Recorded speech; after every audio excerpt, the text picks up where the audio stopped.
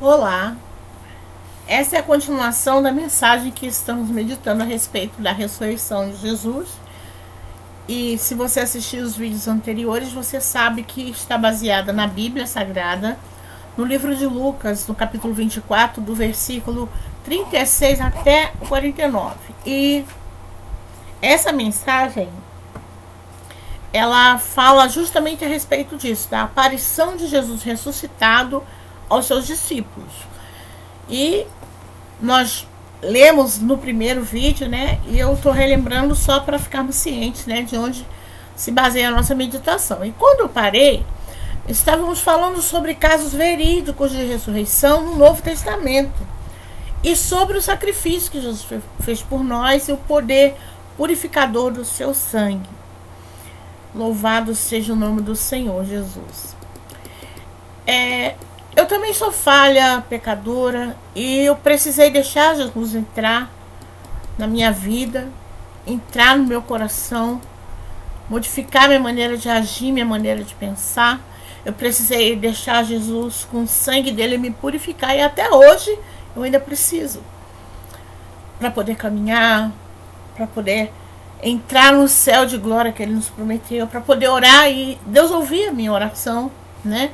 Louvado seja o nome do Senhor. Eu preciso muito do Senhor. Louvado seja Deus. Nós sabemos que para termos comunhão com Deus é necessário ter um requisito, um pré-requisito. Porque o ser humano, da maneira natural que se encontra a humanidade, é impossível todos terem comunhão com Deus. Não que Deus não queira isso, não que todos não tenham o mesmo direito disso. Todos têm o mesmo direito e Deus tem o desejo que todos tenham comunhão com eles. Mas existe uma coisa que nos separa de Deus, que nos afasta de Deus. O que será que é? São os nossos pecados, as nossas iniquidades, né? Se a gente ler no livro de Isaías, no capítulo 59, do versículo 1 e 2, você vai encontrar escrito assim: eis que a mão do Senhor não está encolhida para que não possa salvar, nem o seu ouvido agravado para que não possa ouvir. Mas as nossas iniquidades fazem separação entre nós e o nosso Deus para que não nos ouça. Então, o que nos separa de Deus, o que impede o ser humano ter uma comunhão perfeita com Deus é o pecado, né? Isso pode ser, a gente pode observar que geralmente uma pessoa, quando ela está no erro, ela mesma reconhece que não tem condição de ela ter comunhão com Deus por causa dos seus pecados. Quando nós erramos o alvo, né? Pecar é errar o alvo. Quando nós erramos o alvo, nós nos afastamos de Deus, pois ele não tem comunhão conosco no pecado. Se o ser humano estiver envolvido no pecado, ele não tem como se aproximar de Deus. Deus ama o pecador, mas ele aborrece o pecado, ele odeia o pecado. Deus nunca se afasta de nós. Nós é que nos afastamos dele pelos nossos erros, por causa dos nossos erros. Nós nos distanciamos do Senhor. Por isso tudo é necessário nós nos arrependermos. Arrependermos de todo o mal que temos feito e pedir perdão a Jesus. Eu espero que você pegue a sua parte e não desperdice a chance que Deus está dando para você, né? Porque muitas das vezes vem uma palavra e nós não captamos aquela palavra, não tomamos posse daquela palavra para a nossa vida e perdemos grandes bênçãos. E Deus está nos dando uma chance através da sua palavra. Vamos crer na palavra do Senhor. Jesus nos ama e quer nos fazer felizes.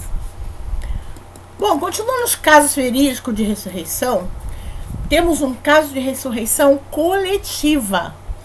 Não foi uma pessoa só nem duas, foram várias de uma vez só. E isso aconteceu na hora da morte de Jesus, quando Jesus deu o brado na cruz e expirou, morrendo. Nesse instante aconteceu que ele rendeu o seu espírito e muitos crentes, né, que até então estavam mortos, ressuscitaram saindo do sepulcro e entraram na cidade. Isso, se você quiser comprovar, está escrito lá no livro de Mateus, no capítulo 27, versículo 50 ao 56. que foi algo tremendo, maravilhoso. Imagine quem estava lá no momento e pôde assistir tudo isso. Temos ainda muitos outros casos de ressurreição relatados na Bíblia, como eu falei, não só no Novo Testamento, mas no Antigo também. E eu escolhi relatar somente casos do Novo Testamento, mas no Antigo você também pode ir na Bíblia e pode comprovar isso. A partir desses relatos, não fica difícil crer que se Deus fez todos esses milagres, Ele pode perfeitamente ressuscitar o seu próprio Filho. Então nós precisamos crer na mensagem do Evangelho. Louvado seja o nome do Senhor Jesus. A Bíblia diz que a palavra da cruz é loucura para os que perecem, mas para nós que somos salvos é poder de Deus. Isso está escrito em 1 Coríntios, no capítulo 1, versículo 18. Então, muitas pessoas acham que é loucura o que os crentes pregam. Ressurreição, a volta de Jesus, morar no céu. Muita gente acha que tudo isso é loucura. Mas para nós que somos salvos é poder de Deus. Aleluia, glorificado seja o nome do Senhor. Mas que nessa hora que você está ouvindo, isso não pareça loucura para você, mas que venha se estabelecer na sua vida como o poder de Deus, na tua mente, no teu coração, com Ele se importando com você, se importando com a sua vida. Louvado seja o nome do Senhor. Por isso, essa mensagem foi deixada, foi escrita na Bíblia há tantos anos, quantos mil anos, vem sendo guardada, preservada a palavra de Deus. Por que será que este livro ninguém consegue tirar a moral dele? Por que será que até hoje ninguém conseguiu destruir a mensagem da palavra de Deus? Apesar de tentarem, não conseguiram. Porque a palavra de Deus é a palavra que vem sendo preservada para a humanidade. Não é para 1, 2 ou 3. Não é só para os crentes, é para todos. Para que todos tenham acesso a ela. Para que todos possam ter o direito de ver qual é a vontade de Deus para suas vidas. Por isso, Deus não deixa que ninguém desmoralize a sua palavra, que ninguém tire a honra da sua palavra.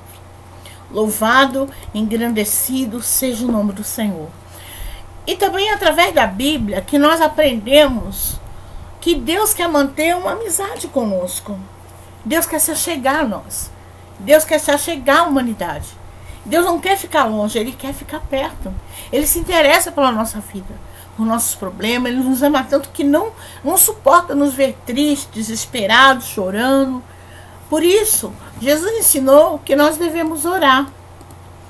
Pedi, dar-se-vos-á. O que é você orando? É uma forma de você pedir a Deus que entre na sua vida, que Deus venha interferir na sua vida, nos seus problemas. E Deus tem o maior prazer de interferir, tem o prazer de agir, de abençoar, de ajudar, mas o ser humano tem que querer. Não existe nada no reino de Deus, as coisas de Deus, nada é a força. Deus não quer ninguém forçado, né? Tem gente que acha que querem forçar ele a ser crente, quer forçar a aceitar Jesus. Não, Deus não quer. Forçado, Deus não te quer. Deus só te quer se for por amor, se for espontaneamente, se for porque você entendeu verdadeiramente a mensagem do Evangelho. Ninguém deve ir ao Evangelho, aceitar Jesus, para agradar alguém, ou porque alguém insistiu muito. Não, isso tem que vir de dentro. Isso é uma coisa muito particular, uma decisão muito particular entre você e Deus, tem que vir de dentro de você. Não pode vir de forças externas. Louvado seja Deus. Agora, o apelo é necessário fazer. A pregação é necessário que seja feita. Mas isso não quer dizer que Deus quer você forçado. Deus quer você espontaneamente. Então, ore, comece a pedir a Deus. Porque Jesus ensinou assim, batei, abri-se-vos-á. Disse, pedi, dar-se-vos-á. Batei, abri-se-vos-á. Quando alguém bate numa porta e alguém do outro lado vem atender, é assim a oração. Você bate na porta e aquele que está do outro lado, que é o nosso Deus, ele vem atender você. Louvado seja o nome do Senhor, aleluia. Orar não é uma repetição de palavras. Orar é um diálogo sincero, reverente, respeitoso, mas é um diálogo aberto. É você abrir o seu coração com sinceridade para aquele que nos conhece por dentro e por fora. Para Deus que nos criou e tem todo o poder, por isso ore.